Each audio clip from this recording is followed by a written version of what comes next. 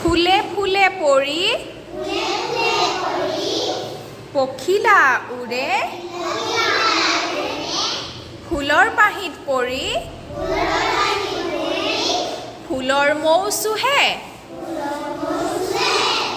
উৰি উৰি ফুৰ চাই ভাল লাগে ৰামধেনুৰ ৰং গাত সানি ল'লে আকৌ গাবানে